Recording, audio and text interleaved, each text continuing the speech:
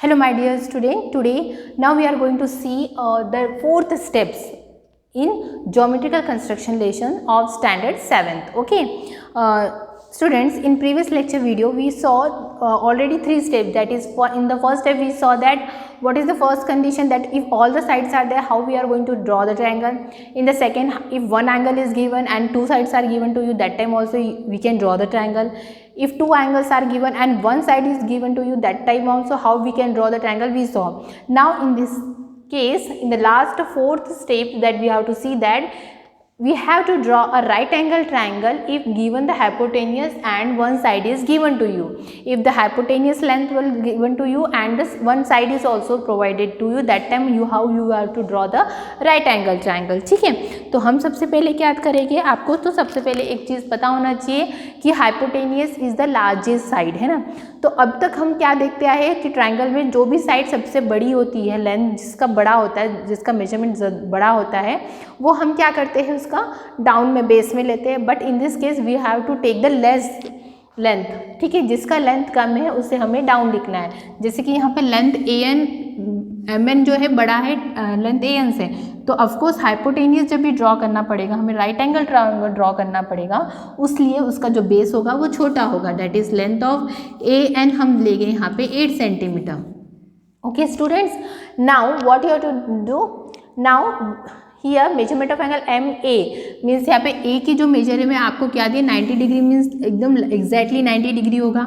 Okay, and the length of M N, मतलब M N जो होता है यहाँ से जो आर्क, यहाँ पे आप by keeping the needle here eight n has a center, you have to cut a length of 10 centimeter this side, like this way will cut, and we have to join this one. So this one will be the 10 centimeter of length, and of this point of intersection we have to write the here n.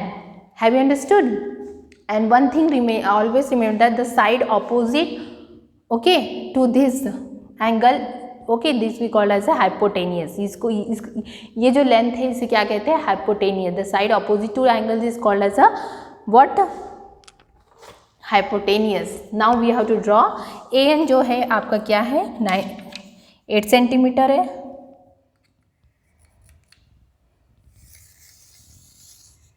Okay, ये 8 centimetre आप draw कर लो. Okay, then after we have to draw a 90 degree, means by using a protractor you have to draw a 90 degree. Okay, exactly 90 degree draw कर लीजिए.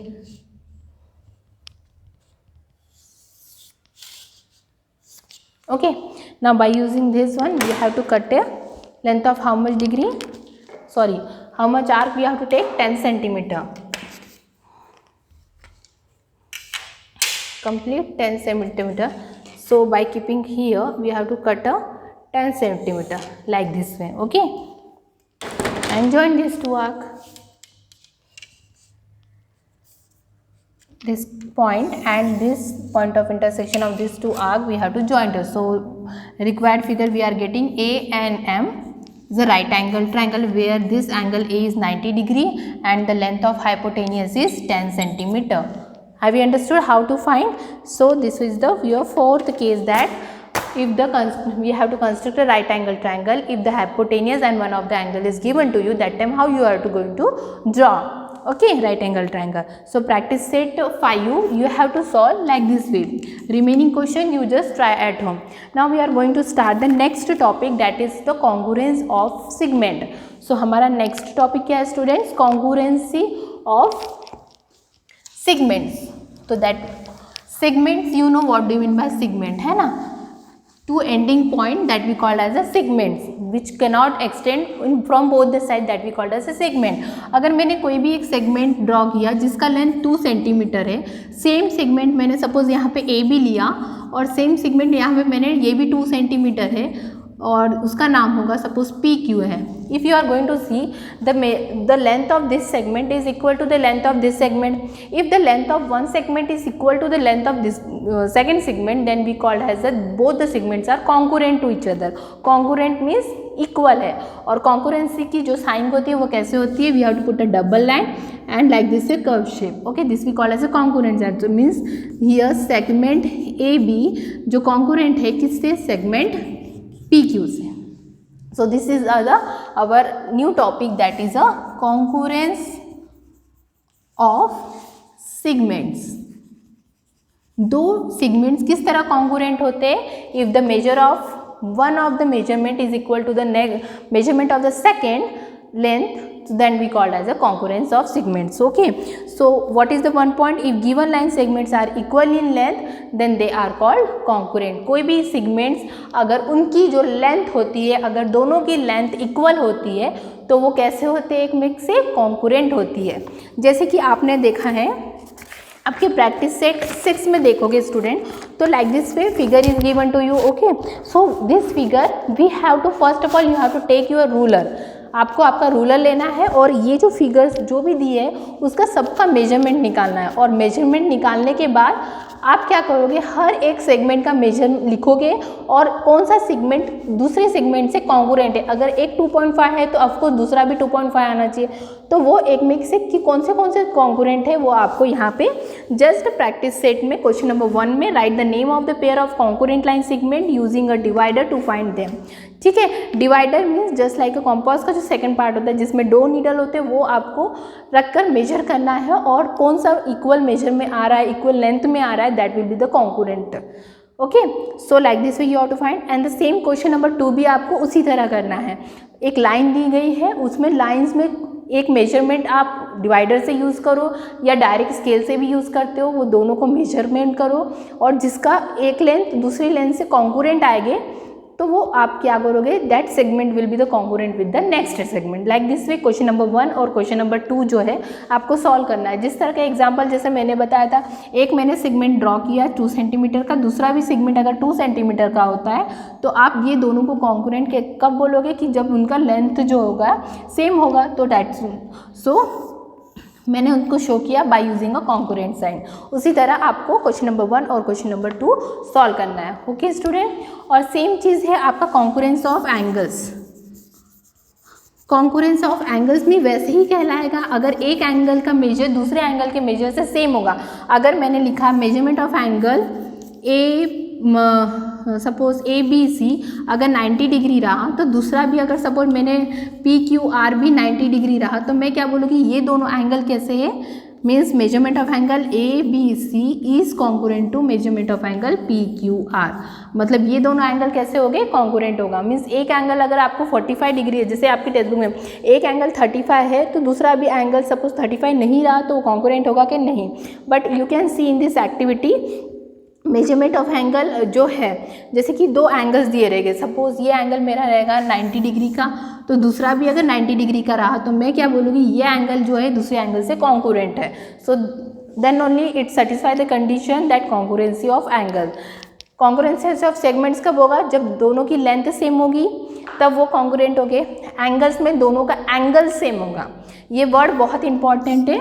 इसमें length same होती है, इसमें एंगल सेम होता है. ठीक है, then only we can show that both the angles are congruent to each other. Okay, now you see the practice set 7. Now we will see the next. This one is the last topic of your this lesson, geometrical construction. Okay, and the next lecture video we will continue with the next new chapter. Okay, so practice set 7 का आपको देखना है क्या दिया हुआ है आपको. Some angles are given below.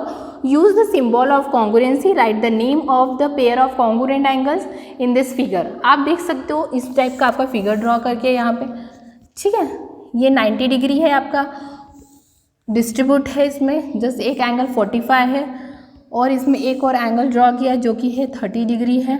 ये D है, ये बाइसेक्टर दिया हुआ है, एंगल बाइसेक्टर. ये A arc. Here one angle is PQR, that is 90 degree, and one angle is your 45 degree, that is RST, and one angle is your what? 30 degree, L 30 degree, M and N.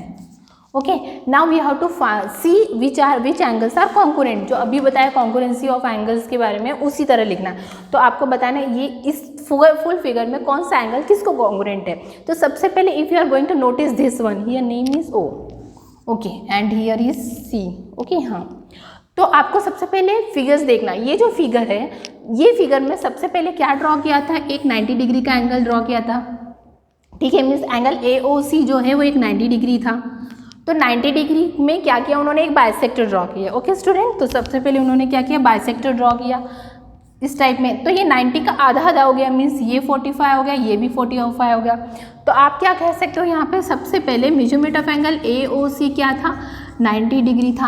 अब angle bisect होने के कारण क्या होगा, angle measurement of angle AOB, ठीक है, measurement of angle AOB जो होगा वो कॉन्कुरेंट होगा किससे, मेजरमेंट ऑफ एंगल BOC से। राइट स्टूडेंट, सबसे पहले again I am going to explain. पहले तो ये एक एंगल था 90 डिग्री का, उसके बाद बाइसेक्टर ड्रॉ करने के कारण एंगल AOB डिवाइड हुआ BOC टू 2 इक्वल पार्ट, है ना, डिवाइड हो गया, मतलब दोनों का मेजर हाफ हाफ हो गया, डिस्ट्रीब्यूशन दोनों इक्वल है 45 डिग्री। वाई, बिकॉज हियर क्या होगा, BO जो है OB है, जो रे OB है बाइसेक्ट एंगल AOBC, यहाँ पे लिख सकते हो, because ray OB bisect angle AOC, that's why they are congruent, ठीक है। बट हमको दिया एंगल AOB कितना दिया हुआ है यहाँ पे, measurement of angle AOB is equal to 45 degree, and second figure में ये भी इक्वल होगा, and measurement of angle RST is equal to 45 degree होगा, ठीक है। मतलब measurement of angle AOB, BOC and RST they are all are congruent to each other, okay. And next figure देखो, यहाँ पे DOC है, measurement of angle DOC 30 degree है, and which is congruent to the next figure what, measurement of angle LMN भी 30 degree है, तो congruent हो गए। Like this way we have to put the congruency sign because they are congruent to each other, okay. Again some angles is there, C1 एक big angle है 90 degree है, और angle AOC भी है, so measurement of angle AOC is congruent to measurement of angle PQR because both are 90 degree. So like this way you have to find which angle is congruent to which other, है ना, मतलब एक angle दूसरे angle से कौन सा angle कितने major में कॉन्ग्रुएंट है, that we have to take out and we have to write all the congruency of angles. Have you understood student? And the last your topic is congruency of circle, okay. So now we have to see the what do you mean by congruency of triangle, that is congruence of circle. Congruency of circle means क्या होता है, okay. Congruency of circle means suppose एक मैंने circle draw किया जो कि 1 centimetre measurement एक circle है, सेम सर्कल मैंने एक 1 सेंटीमीटर में सेम सर्कल ड्रॉ किया, एक सर्कल मैंने सपोज 3 सेंटीमीटर में ड्रॉ किया बड़ा, और एक 3 सेंटीमीटर में फिर ड्रॉ किया।